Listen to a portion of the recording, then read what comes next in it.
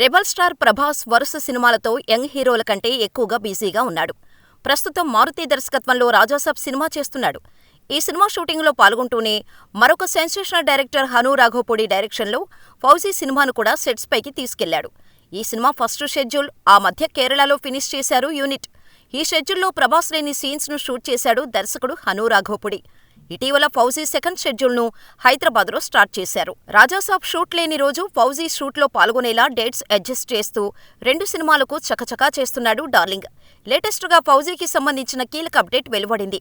Ramoji film సిటీలో నిర్మించిన భారీ సెట్స్లో ఈ సినిమాలోని కీలక సన్నివేశాల చిత్రీకరణ చేస్తున్నారు. సినిమాలో వచ్చే జైలు నేపథ్యంలో సాగే కొన్ని సీన్స్ ను షూట్ చేస్తున్నారు.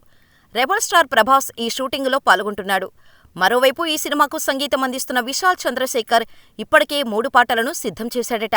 విశాల్ మ్యూజిక్ పట్ల హను రాఘవపూడి సంతృప్తిగా ఉన్నాడట. ఈ సినిమాతో ఇమాన్వి హీరోయిన్గా ఇంట్రడ్యూస్ అవుతుండగా బ్రిటిష్ కాలం నాటి రాజకార్ల పాలనలో జరిగిన కథ నేపథ్యంలో తెరకెక్కిస్తున్నాడు హను రాఘవపూడి. వీలైనంత త్వరగా షూటింగ్ పూర్తి చేసి వచ్చే ఏడాదిలోనే ఫౌజీని రిలీజ్ చేసేలా మేకర్స్ ప్లాన్ చేస్తున్నారు. ఫౌజీ అయిపోయిన వెంటనే స్పిరిట్ మొదలు పెట్టడానికి రెడీ అవుతున్నాడు ప్రభాస్.